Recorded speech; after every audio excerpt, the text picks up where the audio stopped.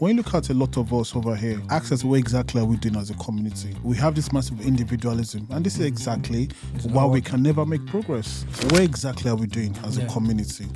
You're doing your own. This one's doing their own. Down. We don't have one single collective vote. Hello everyone, welcome to another episode of the Rob Circuit. I'm your host Rob. This is where we talk, grow and connect. If you haven't already, please subscribe to the channel, like, share, do all the fun stuff. Today in the studio, we have an amazing guest. He's the founder of the Nigerians in the UK, one of the largest Nigerian communities in the diaspora. He's the one and only Oluomo of Derby. Mr. Oluomo, welcome to the Rob Circuit. Good afternoon, Rob. Thank you for having me. Glad to be here. Looking forward to a wonderful questions. But thank you so much. Thank you so much. Let's start from the genesis where your journey began. How did you find yourself from Nigeria down to the UK?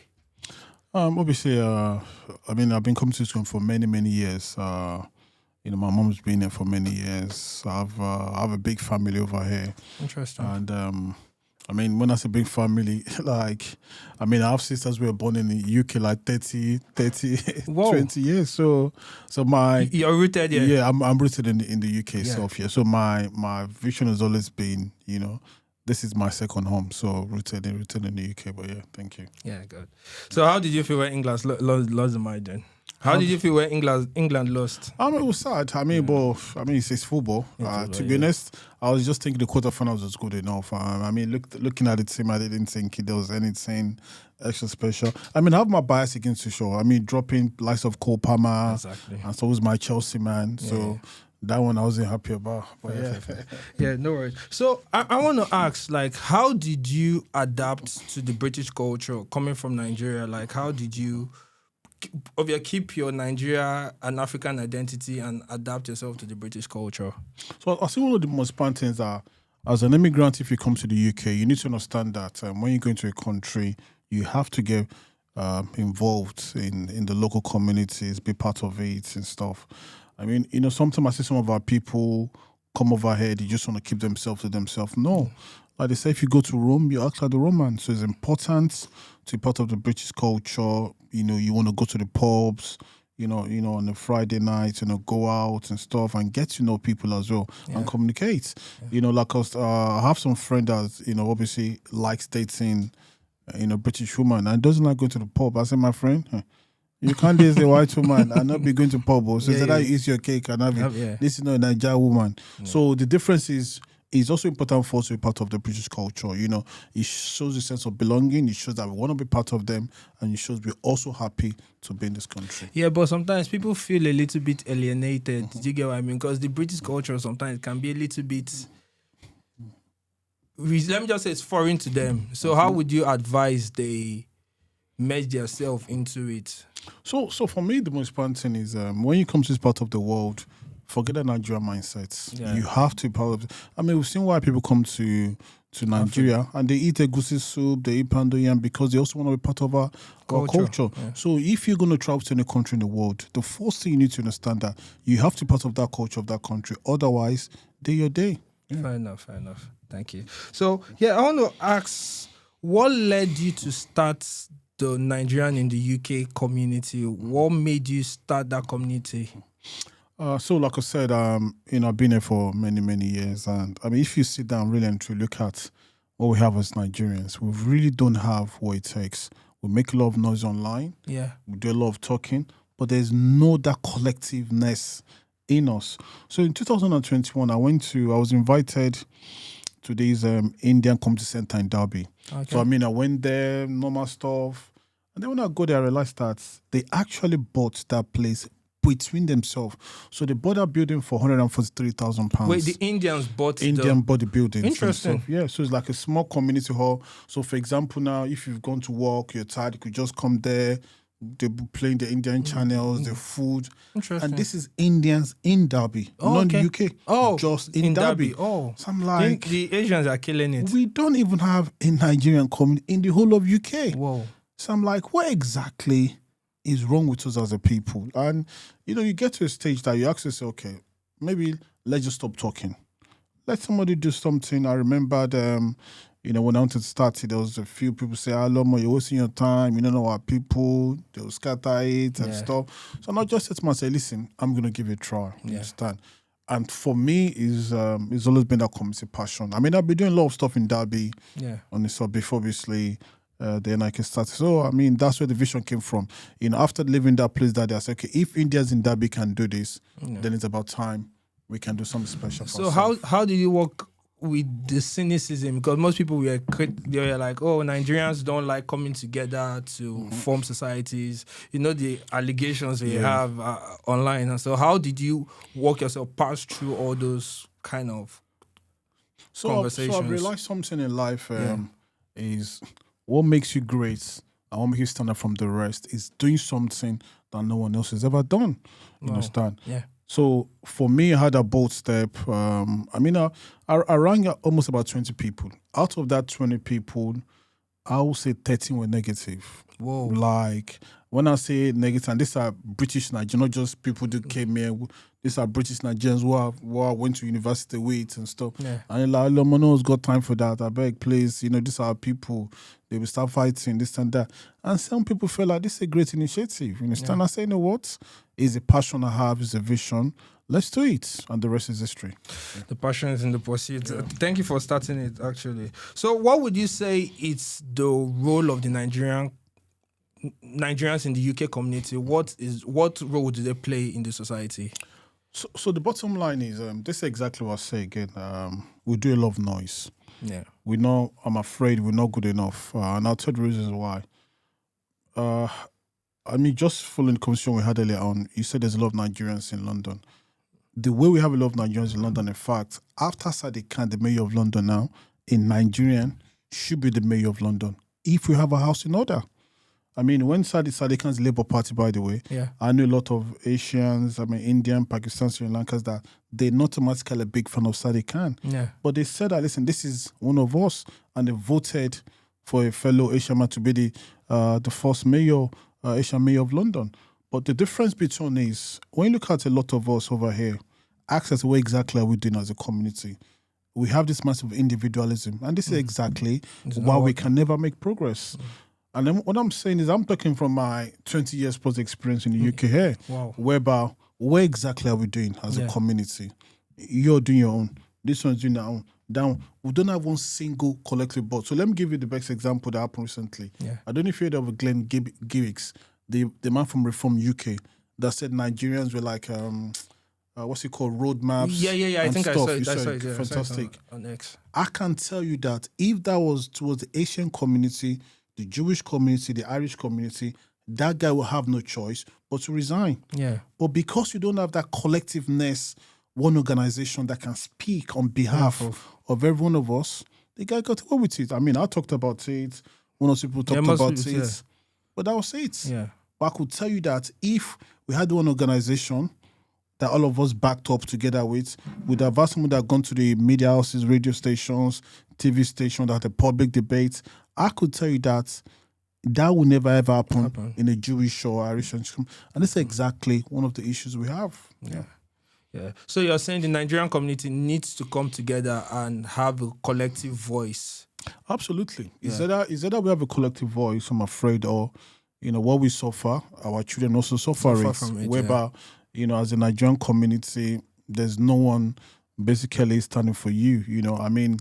Obviously a lot of people in prisons, obviously a lot of people in courts, and I can say that there's not a single organization who are standing from Nigeria. So when I'm talking about courts and prisons, I'm not saying that because someone's done offense, automatically we should protect them and stuff. Definitely not. But there's something called moral support.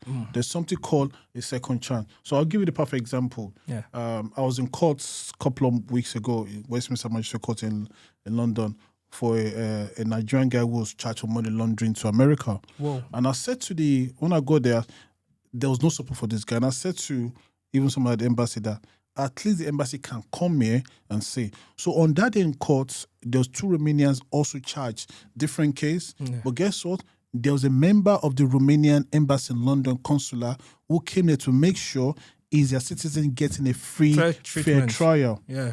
A British guy was meant to be extradited to America for hacking the Pentagon. Whoa. The judge said no. that the Pentagon should bring their evidence to the UK and they will charge him and try him in the here in the UK.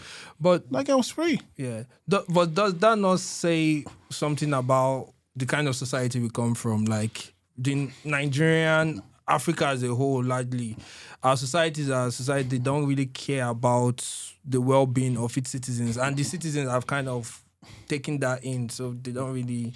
So one of the first things we need to ask ourselves as Nigerians is, what's the purpose of you coming abroad? Yeah. What's the purpose of you coming to see a client? So, I mean, I've always said it that Nigeria can only be great again if we in the diaspora put that effort to collective efforts and, do things back home. So, for example, yes, this is the mindset over here back home. But we've come to abroad. Yeah. We've seen how things work. A lot of us go to work. You see the advantage of earning your money. You see the lifestyle is the pension, paying your taxes. You see the value of paying taxes. So we should be putting that. So we can't bring that Nigerian mindset here again. Yeah. We've seen how things work over here. Yeah. Understand? So it's not about, maybe talking down on ourselves. But no, fine. The embassy is our first home, calling point. Yeah. So what we should be doing as a community is putting pressure on the embassy. Listen, this is not be Nigeria. This is here. So if you want things to work over here, you have to make sure you give us that full support and do the needful yourself. Yeah, thank you so much. So that's actually interesting. So let's go back to NIUK, Nigerian community in the UK. So what are some things they do? What's the organization about? What do they do there? Like if someone is interested to come into the community, what should they expect? So the first thing we did, obviously when I created the community itself, the community is free. It's free to join. So the vision behind the community itself was like, let's come together, help each other with jobs, careers, accommodation, networking. I mean, we've had 4 people that got married from the community since 2020 that I've met. There's a lot of people still engage as well. So even when people pass away, you understand? I mean, we've done a lot of, I've done more than 27 GoFundMe, supported people, been to more than 25 different burials. There's a lot of stuff we do. Even we do mortgage organization whereby, enlighten people to open their eyes to, when it comes to buying a house in the UK, for example. That's interesting. Different lenders. We've done so many programs. We've done even seminars. We did a seminar in Birmingham last year about buying mortgage and stuff, enlighten people. There's a gentleman in our community called Mr. Carol. Carol has about 5 properties in the UK. So if Carol can do it, if he has 5 properties, that's good. So we can also do it. So he also enlightened, open our eyes. For example, back in the days, a lot of mortgage companies won't approve you unless you have an indefinite leave to remain or British passport. But now there's a lot of companies now, like Halifax, Attenda, they take you on board if you have a skill visa. I've been in UK for more than 3 years. So these are people coming to enlighten us, educating us. And they always say information is the key. So just one of the things we've done in the community. That's so good. So what's something you're personally proud of that NIUK did that you're personally proud of? For me, there's so many things. So many things. No, you could list them. I think something that really stand out for me has to be in 2023. Yeah. So a lady sent me a message saying, every time she's at London Victoria bus station, there's these 2 Nigerians there who are just sitting there all the time in the evening. So she now asked them, what's the situation? They are students that they came here, and then after 1 week, their Airbnb money is finished, and of course they kicked them out. I don't know who would tell you to come and put Airbnb in the UK. Whoa! So she now said to them that they should reach out to me on Twitter and stuff and everything. So she now messaged me that, and I said, okay, fine. What's your number? I got their number, and I called them. She was there. They now say, they've been sleeping there for the past 2 weeks. They come in the evenings and stuff. I'm like, wow, like really? I say, what's going on? So I put a tweet out, see who can help. So when I put that tweet out around 4:00 in the afternoon, so the lady messaged me around 3:30. So I put the tweet around 4. Like this situation we have 2 students who are homeless. They're sleeping at the bus station. Who can help? And within an hour, I had about 20 different replies. Whoa! From different. Some people say, can they come to Cardiff? Can they come to Birmingham? Interesting. So there was a gentleman who lived in East London. I said, this is better. So the guy now messaged me and said, he has a spare room, or the 2 of them can come and stay there. But we give them 1 month to, they can live and settle themselves. He did it for free? He did it for free, yeah. Whoa. So obviously, I sent his number to them. And then, in fact, the guy even did an Uber for them from the London Victoria. Victoria Coach Station, and they went to his house. So getting to the house, we realized that when I spoke to the guy, it wasn't just accommodation. These people needed jobs as well. Yeah. Understand? To God be glory, this guy works at West Ham Football Stadium. Like, this football, how do you call it? I forgot the name now. People that Marshals, yeah. I'm not sure, And but he's Marshall. Yeah. He went there the next day, they applied for the jobs, he got them the job. Whoa. So within that 1 month, they were working. So they now use the money they saved from his house to move out to the place. And in fact, one of the guys messaged me the next to appreciate that for the first time in the UK, they've been there since almost 2 weeks before they got kicked out. They had a proper Niger food. Yeah. Because the brothers in the house. And this is exactly what the community. So within, somebody messaged me around 3:30. By 7 o'clock, they had a home already where they're living. And from there, not just had a home, they had a job as well. And that's exactly what the purpose of a community is. I always tell people that no matter what it is, we all need help. We need a support system because you never know what tomorrow holds. That's actually really beautiful. And it shows why we all need community, and we need to join and support the NIUK. But obviously, with communities comes controversies as normal. And with the kind of people we are, there's always something that will come up. And there have been some allegations about the community and by yourself personally. I would like to give you the opportunity to clear the air, maybe about some things people have heard. There are people that are skeptical, like, oh no, I've heard this about the community, and yeah. So for me personally, there's always going to be issues, especially with the Nigerian communities, you understand? And one of the things we have is that the mindset that we have, and people need to change their idea. So I will explain it a few times. I mean, I've said it before, I'll just say it again here. Yeah. So when we signed up with Lemfi, so people question the reason I gave Lemfi the deal. So Lemfi pays us £4,000 a month.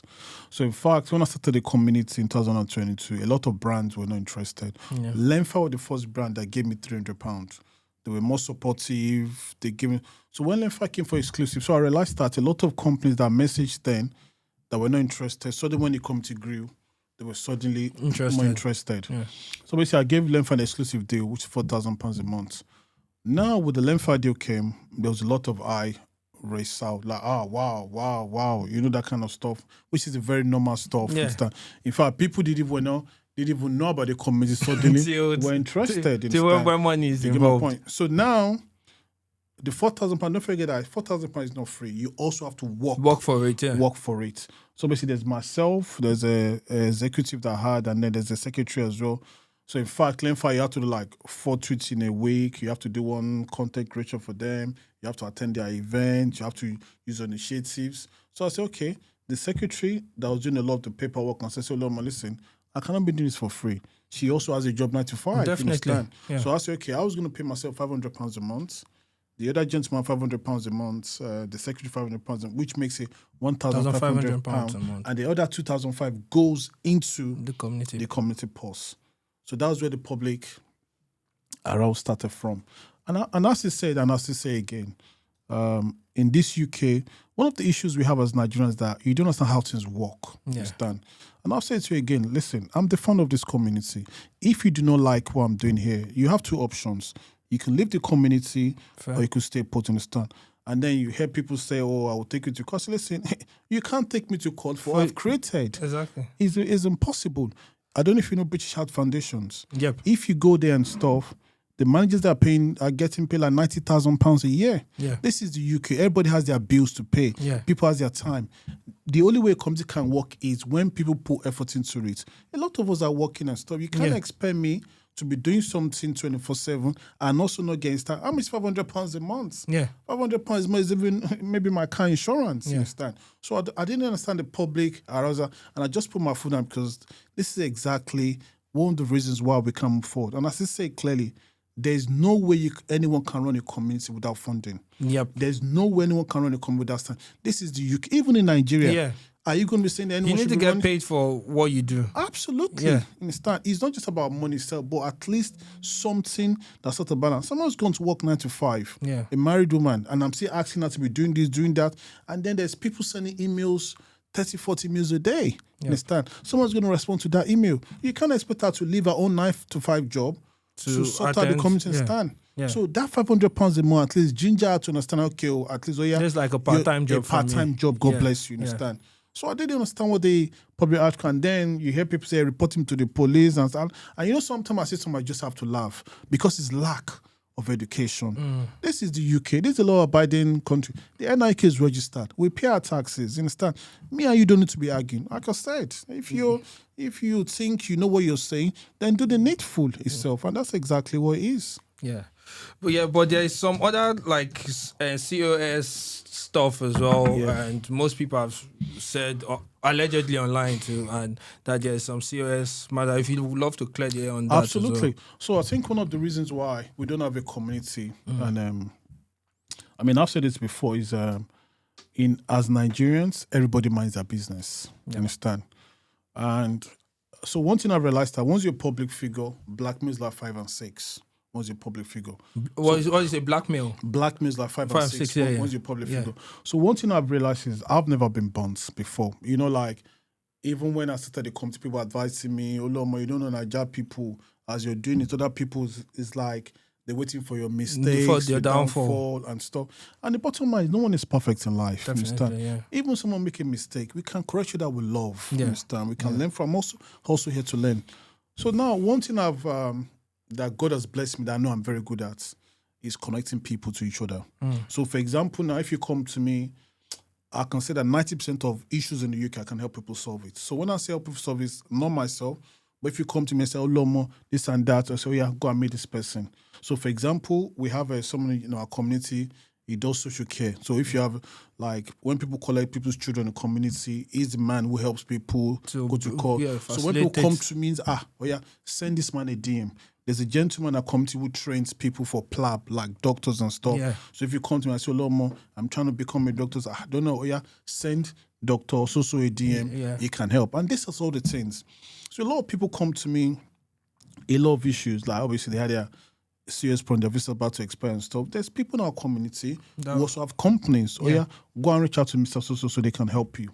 So I think around last year, maybe February, March last year, the Home Office revoked quite a few companies' licenses, which is beyond anyone's control.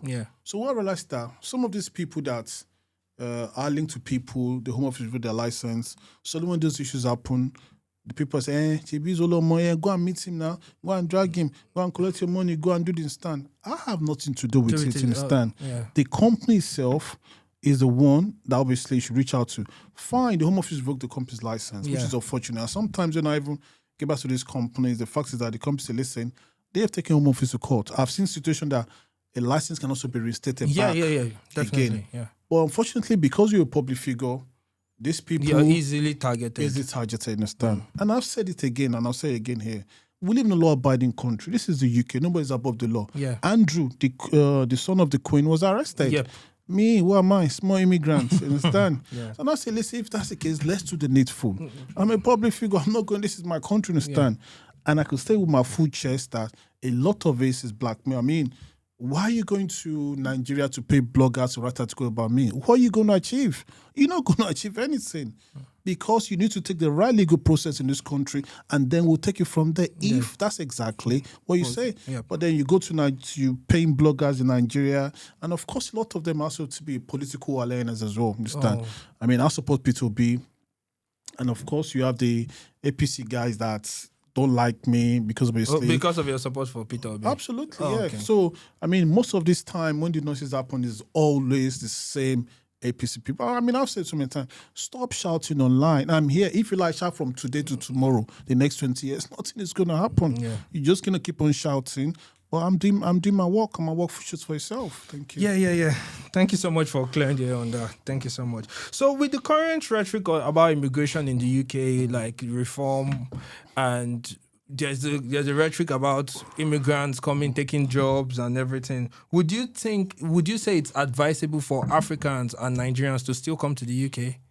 At present, the immigration system is very dicey in the UK here. I mean, if you're going to come to the UK, the first thing I'll say to you is make sure you have a skill. If you have the right skill, there's a lot of opportunities. There's teachers that are still coming. There's constructions who are still coming, engineers. So there's still a lot of jobs out there. But you just need to have the right skills. Also, as a student, if you're going to come as a student, one thing I'll say to students is that if you know you're not good enough, do not come. Because now, I don't know if you saw an article recently that says 80% of asylum seekers in Ireland are from the UK. And I could tell that 80% of these people are students. Because basically now, once you come in as a student and you fail and the school withdraws you, you cannot change any visa in the UK anymore. So for me, the most important thing is if you're going to come to UK, make sure you have a skill. There's a lot of opportunities out there. How can people support the community? Well, the bottom line is, first and foremost, there's different ways people can support. I think the genuinity is we need to just ask ourselves questions inwards. When you're going to be part of a community and you actually say, like, listen, I want to be part of this thing, you can also support it in your own little ways. So I remember sometime a couple of months ago, we announced that people should be paying £12 a year membership. So that's £1 like a month. £1 a month. There was a public outcry. Whoa. Yeah. There was Why? a public outcry. People say, why should we be paying this and that and everything? Oh, our brand's not paying us, so why should it be paying and stuff? So what people need to understand that is, even when brand pays, this is like an extra. It's not guaranteed. We're not guaranteed that every brand's going to come and pay you every month. Yeah. You understand? We have 24,000 members, you understand? And of course, you also need to play your own role by giving back into the community. We do a lot of programs almost every week. There's a website, there's this to do, there's people traveling to go and visit people and stuff, £12 a year, £1 a month, nobody with common sense should not be complaining. And one of the things I've said, and because sometimes when you talk, people think you're overzealous and stuff, I've said it like, listen, if you think you can't pay £12 a month, £12 a year, to be part of a group, then you have no business being in that group. Understand? It's not about the numbers. Even 500 people who can pay that £12 a year membership to understand that, yes, I love this vision, I'm a part of this thing. It's not until when you now have a problem tomorrow, something happen, you now suddenly realize, the community and stuff. No, you also have to give back to the community. And this is one of the reasons why we can make progress. So do you think that some people are skeptical because they don't know the benefits of why they are paying the £12? So can you highlight some benefits that they'll be like, okay, fair. So if these are the benefits, why not? I could. So for me, I think in this part of the world, you're putting £12 into a Nigerian community. You understand?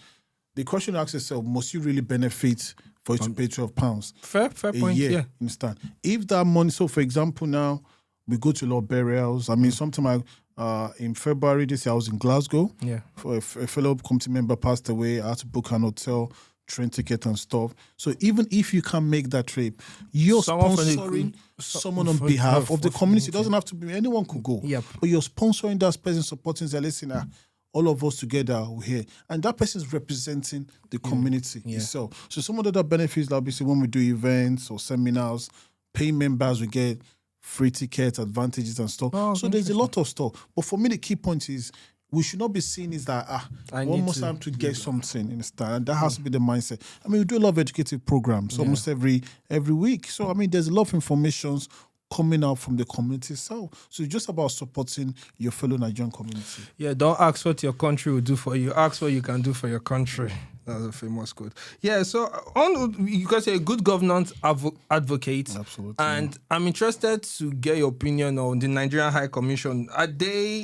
What's their impact with the community? Do you guys have any interactions? So I can say with all my futures that the Nigerian embassy is not making an impact in the community. And this is one of the problems we also have as Nigerians. The Nigerian embassy is not making an impact and we are just keeping quiet. No one said anything. One of the biggest issues I have with our community is like we only get angry when something affects us personally. Yeah. We're not proactive enough. Yeah. I could tell you that since I've created this community, I've attended about 26 burials for people who've come to the UK who passed away.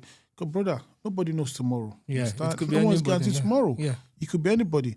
Every time we reach out to the embassy, since all the brothers have been going, not one single member or one single representative have come from the embassy to say, on behalf of the embassy, we come here and stuff. The embassy is meant to be our first calling home. Yeah. So what if we don't have a community? We've done a lot of GoFundMe for people and stuff. So just recently, I don't know if you heard of the case of the Nigerian family that the house got burnt in Plymouth just last month. Wow. It was all over the British media. It was everywhere. So we obviously, when the information came to me, we raised a fund. We raised about £4,600 for the lady. And of course, after that, I mean, good news. I even did a tweet a couple of days ago that he's got a house now. Yeah. So the next thing I also went to, because when the house got burned down, they lost everything, all the documents, Whoa. everything. So when I did a tweet, a lot of people sent them pots, school bags, gifts. So there's a lot of people in our That's nice. community who's doing Generous, generous stuff. So I sent an email to the embassy. Listen, can you please do a passport free of charge for this family on basis of an humanitarian grounds? I told them this. I've been to the embassy 2 weeks ago. Nothing has happened.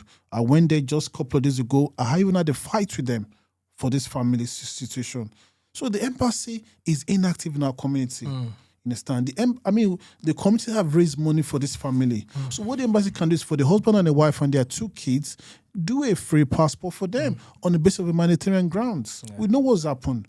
Up to now, the embassy, okay, they're going to jump on and stuff, but nothing has happened. So these are some of the issues whereby we cannot say that the embassy is not active, but I'm afraid we're not speaking enough about it. So it's until when something happens to somebody else tomorrow, you now start getting angry, whereby we could clearly see what's happening with this family. All of us are doing no concern. You know that concern, that kind of mindset is exactly one of the reasons why we can't move forward. Now you think the High Commission is a reflection of the Nigerian state? Absolutely. Basically. Absolutely. I mean, that's exactly what it is. But then as well, we can also put our foot down to say no. You know, we in diaspora here will not accept it instead. Because listen, if you have, this is what I'm saying again, if you have a strong voice, the embassy will wake up to say, listen, you cannot be doing what you're doing in Nigeria. This is the UK. I mean, we're paying almost £330 or 280 for passports, you understand? So the embassy should not just about renewing passports only.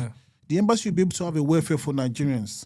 There's a lot of Nigerians in prisons who are not getting any consular support. There's a lot of Nigerians who are in hospitals who are not getting no consular support. There's a lot of Nigerians who have passed away in this country. They're not getting any consular support. So if you don't have the community, what's going to happen?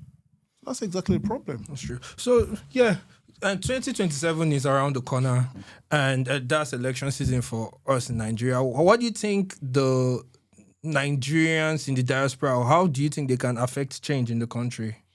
So, I mean, for me, the most important, the beauty of democracy is people support different political parties. Definitely. So a lot of us who have enjoyed good governance, we travel around the world, we see our countries work.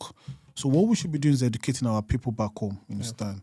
I mean, I have a lot of friends who support different political parties, but for me, I'm a big believer of, for Nigerians to be great again, it has to come from the diaspora. And the reason why is a lot of our people back home don't know the mindsets.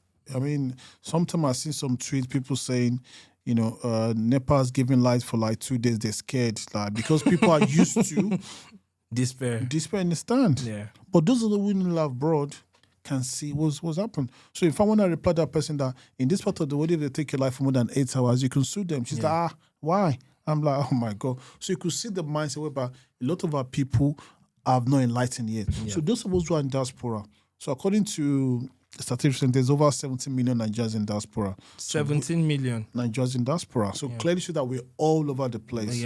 So for us, everybody has a role to play. What I can do is educate my loved ones, my family and friends. You can educate your loved ones, your family and friends to understand that fine.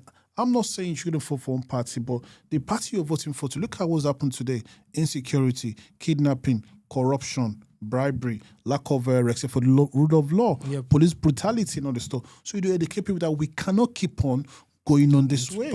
Understand? So because we can't come and say, we have to make that change to say, and when you're expressing yourself to people back home, educating people, you're not making like you have to do this, but no, definitely, it's enlightening ourselves, having those open conversations, and people can see for themselves that no, this country is not moving forward.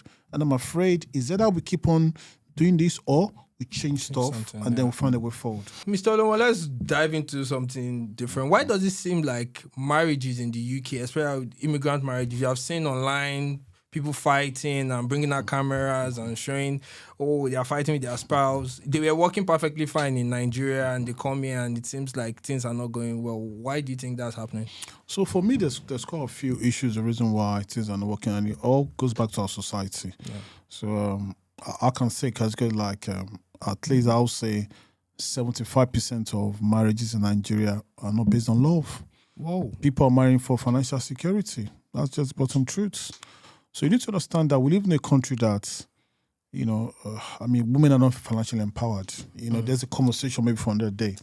Well, Nigerian women are not financially empowered. I mean, how many women are societies earning 500,000 naira a month? I mean, Nigerian women earn that kind of money. Yeah. So a lot of women in our society are marrying men because of financial security.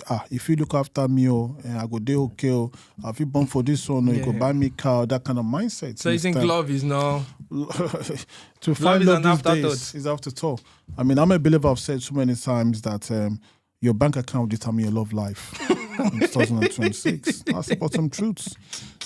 Now wait till you get for account, go determine your love life. Love is sweet though, but when money enter, love is sweeter. Exactly. So one of the biggest problems we now have is when a lot of people come to this part of the world. Yeah. In abroad, there's nothing like, I'm the man of the house, I'm the man of the house. No.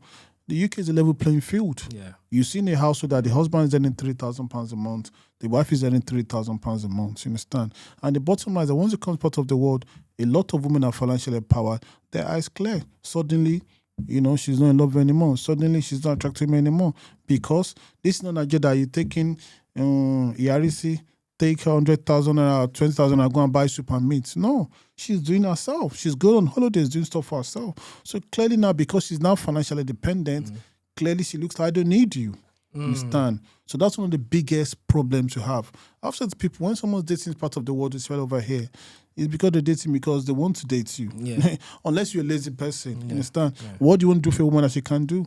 You see, I went to a housewarming party sometime last year. The girl bought the house in Leicester was a 26-year-old Nigerian girl. Wow. Single girl, understand? Is it me? I'll be dating her that can I afford to buy a house? The answer is no. Understand? So this part of the world, you can go to a showroom and get the latest Benz, Range Rover, BMW you want. It all depends on you, what you're earning. Yeah. So this part of the world, you can, finance a woman. She can do stuff about back home. All those things are not happening. Another issue that we have as well that's broken a lot of marriages is domestic violence. I have to say that it's a big, big problem. As I'm talking to you now, I know at least 3 Nigerian men who are currently in UK prisons that have been, convicted for domestic violences. And some of these other issues is some of these men that are beating their women back home, they get away with it. And once those women get over here, they also want to retaliate. I've seen situations that, the woman is fighting the husband, saying, you think this is Nigeria? I will deal with all this one you showed me before. I mean, there was a case that reached out to me that trying to resolve, the way we do as communities. Because we also need good marriages in our community. Definitely. I reach out to the sister and say, your husband don't beg. You say, won't do it. You say, Mr. Oluomo, no. The nonsense of doing Nigeria, never. I've taken my case. I can't be with violent man, this and that and everything. So this is some of the issues that we also need to look into. In fact, I'm even trying to set up like a men's group that men can talk to each other, advise each other, license. There was a situation that happened recently that I was telling a gentleman that, fine, you and your woman, they argue. As a man, just go out of the house, go for fresh air, retrieve your brain. Because sometimes you stay in the house with them, they argue back to back and stuff. It creates, and more stress. But as a man, just take fresh air, come off your house, go to the pub, go to your friend's house, you understand? In fact, a couple of them, she goes, Uncle, where are you now? When are you coming? And say, so are you shouting at me? So I think we just need to know how to tolerate each other. And for me, unfortunately, we have a rise in breaking up of marriage in our communities, but we can also get a rise if we're advising each other, talking to each other, and know how to handle situations. Because no marriage is perfect. Definitely. There's always going to be situations, but how you handle those situations whereby, both parties understand each other. And I think lastly, another issue also be finances as well. You understand? A lot of our women don't have that mindset that they want to share bills. I mean, I've said so many times that, Auntie, you need to understand that this part of the world is not easy. You understand? You want a man to pay the rent, car insurance, TV license, car tax. Don't forget black tax as well. You understand? Water bills, internet. So there's a lot of pressure on the man. So you need to take it easy, otherwise you don't kill this man. Definitely. So you as a woman of the house, at least share the bill with him. I'm a big fan of maybe 60-40. Yes, we're African men. You still have to do your stuff, but at least, Auntie, this is what it is. I mean, nobody will go tell you how to run your house. So. But at least, let's sit down and be reasonable to make it work. Thank you. Thank you so much. Thank you so much for that contribution. There's something going online where people would say Nigerians are too loud. Well, I feel like most of them are giving information and people will be like, oh, Nigerians are too loud. We should be more secretive. We should, like other communities, we don't tend to hear what they are doing. How do they share the information if when they share, people say, "Oh, you're too loud about it." Do you understand why I'm saying? Yeah. So how do they tend to share those informations out? So for me personally, one of the biggest issue has to be people need to know what to share, what not to share. Understand? In fact, I'm doing a Twitter space next week Sunday with some Nigerians in Canada and America about what to share. I don't know if you saw the video that went viral from a lady that went to food bank in Canada. So basically what happens is that she went to food bank and when you go to food bank, you get free food. Yeah. She did a video telling people to come and be getting free food. Understand? Food bank is not for people to get free food. Food bank is people who are vulnerable, who are desperate, who need help. Understand? And that video went viral. That one is clearly. That video went viral in Canada. I mean, it even reached UK Twitter. Yeah. And you could see that it was like a lot of Canadians were very, very angry and stuff. In fact, it was one person in Canada, one of our people that reached out to me, Oluomo, please, we need to do a Twitter space about what people can talk about and not talk about. Understand? You can't be tempted to come to food bank. Understand? Like, what is wrong with you? You know, and the locals got very, very angry. Certainly. You know, so it's not everything you have to do a video for and stuff. Yeah. And then by the time I think they've even found out, they realized that she probably was not even entitled for the food bank. Yeah. So now you're not even backfired and put yourself in issues. Some of the other issues we also have is you see husband and wife having arguments. You be putting the videos out and stuff and everything. Yeah. There was a gentleman recently who also, I think it was sometime a couple of months ago, he got a letter from the DVLA, you understand, about driving offense and everything. And then on there, he now put somebody else's name that was living in his shared accommodation before. And he now said, if they write your letter, just put any name there and they'll send it to the person. You just sit and actually say, what exactly is wrong with some of us? Exactly. So this is totally understandable. I mean, some of the information that, that's right, that people can share educative stuff for jobs. I mean, there's a few guys that follow that, they put stuff that, okay, like for example, make sure you register if you want to vote in the UK. Yeah. When you register, it's good for your electoral stuff. Yeah. It's good for your credit score because they say that, you register in the house, it helps. So there's some right information to put out. So the program we're going to be doing is about what to put out and what not to put out. Understand? Yeah. Because at the end of the day, we're not the only immigrants in this country. Understand? We also have to be very, very careful. We talk a lot about immigration, that. Listen, Home Office is also online. Yep. They're also online. They're saying things. Understand? They just come with like normal account and stuff. They rapport with you and stuff. You never know what's going on. So some of the things we're also doing, we have to be careful. I'm not saying that people should not educate themselves. No, let's be educated. I mean, we have to share knowledge, share information, but know what kind of information to share. Bringing it back to politics in the UK, how can Nigerians be more involved in politics down here that will benefit them?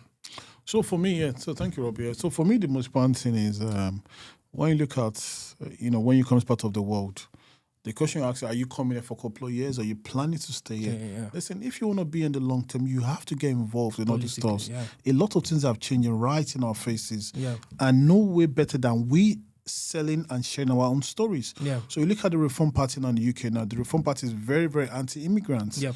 And maybe you like it or not. I don't know if you saw the local election that happened a couple of months ago. Yes. Reform did very well. Yeah. So that tells us all that, listen, we have to wake up. Otherwise, we leave ourselves to blame. You look at a lot of laws are changing. A lot of indefinite leave to me changing. In fact, they want to change British passport to now 15 years.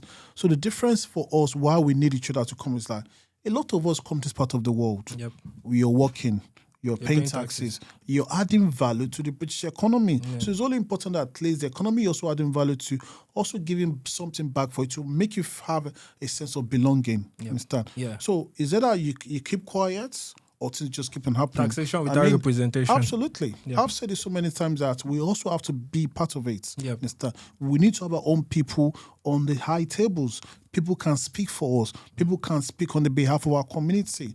Understand? So, for example, now we have a big table now.